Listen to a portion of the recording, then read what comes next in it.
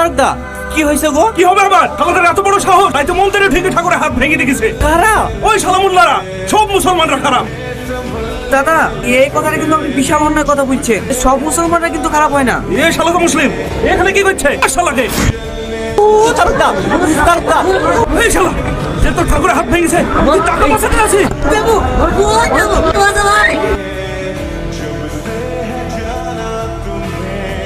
ওগো খেলাও খাবো না। ওর লেগে আর কতক্ষণ মন খারাপ করে থাকবা বলে তিনি কাল থেকে কিচ্ছু খাওনি গো। লাও ওঠো এটি খেলাও। কি হলো খাও?